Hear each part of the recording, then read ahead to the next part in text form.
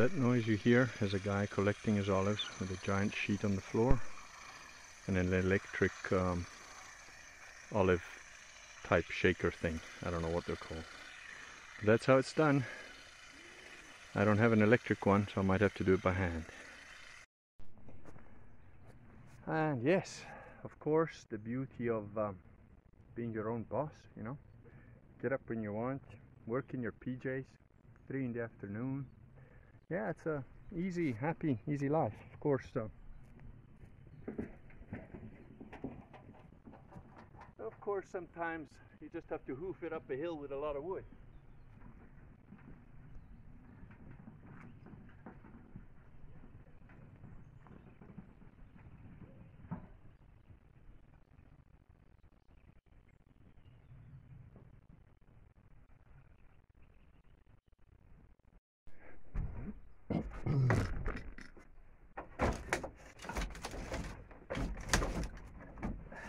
Before I add more wood here though, I need to put a bit of a backing here, because there's a gap about almost a foot at the back of this, and it's not really a problem. You can pile the wood up, but I don't want it to put too much pressure on the outside shell. So while the big wood is okay because it's just half leaning on it, the little wood can stack up you know, oddly, as you can see, so it's not as stable.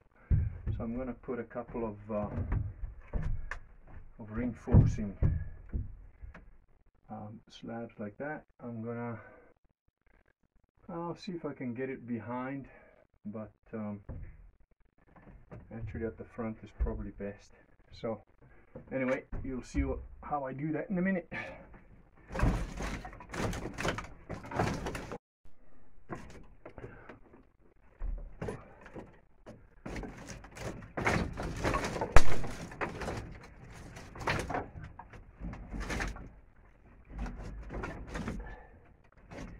Now, those of you thinking, wouldn't it have been easier to do that before you put any wood there? You know, don't question the wisdom of your elders. That reminds me of my friend Alfredo when he helped me to bring the big stove in, and it was really heavy, and we had it strapped in with like these straps on top of a pallet. And then he said, okay, I undo that strap. So I undid the strap, and of course the stove pretty much fell on me, and luckily I managed to like hold it a bit and get my feet out from under it, because about 250 kilos on an edge would have cut my toes off. And it fell off the pallet, and he's like, what a bunch of idiots are we? Why do you do it? Why do you listen to me? And I looked at him and I said, well, Alfredo, you're the older man, you're the one with the experience. And he got pissed off with me, and he goes, well, don't tease me on top of it, you prick. So this is why we do it afterwards. I'm the wiser man.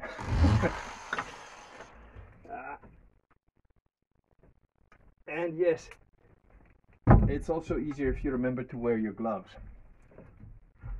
But there you go.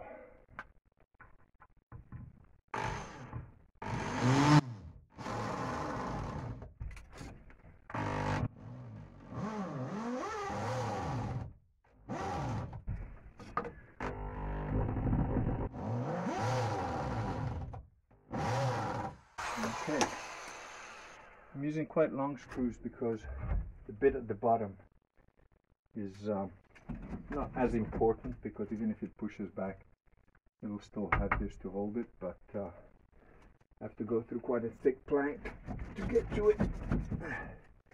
So I'm just going to angle it because I don't feel like taking all the wood back out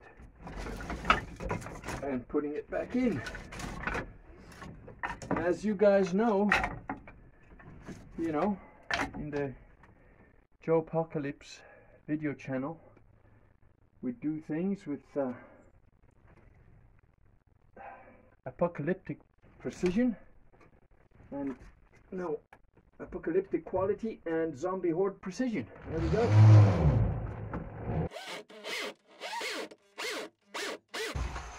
That's it. A few more screws and I've got that one in there, and then I'll do the other one.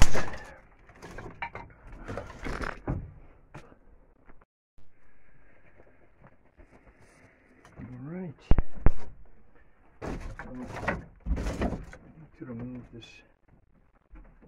nail here first.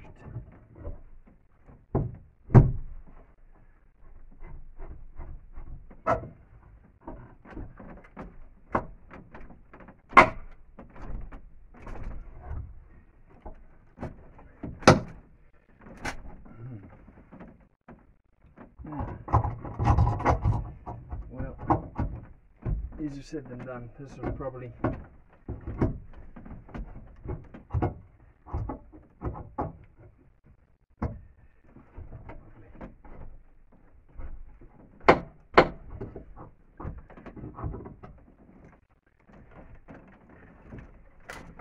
trying to take that nail out will probably break this piece of wood, so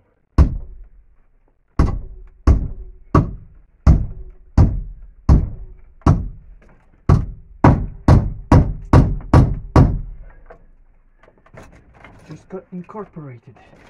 There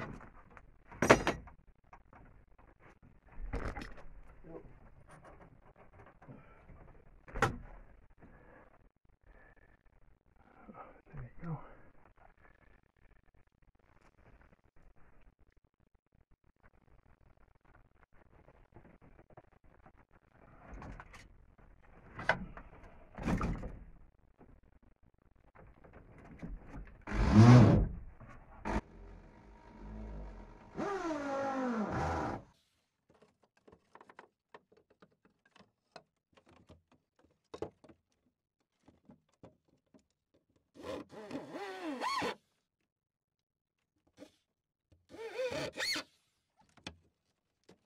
A couple of the longer screws.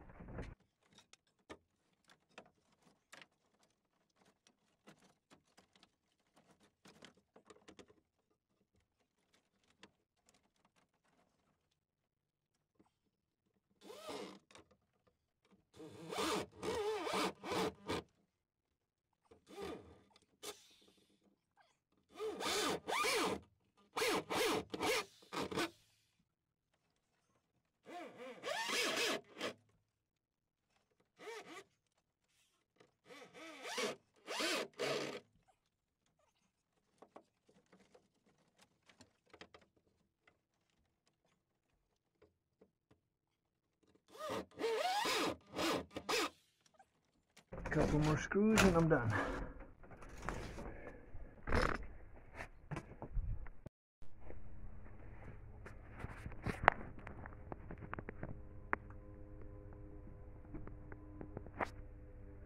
Wouldn't want to miss any of the glory of drilling a few screws in wood now, would you?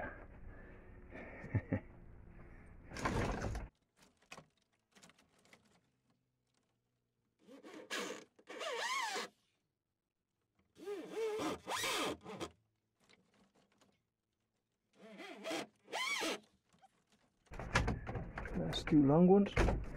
That's it.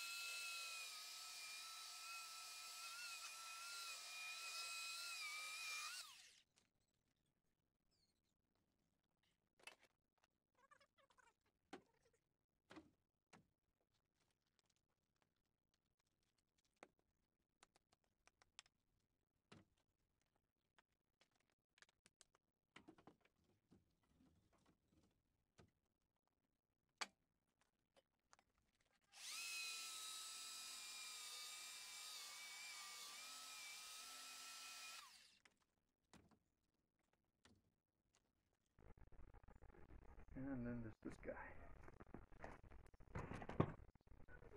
Got a metal wire in there. Wrapped. There we go.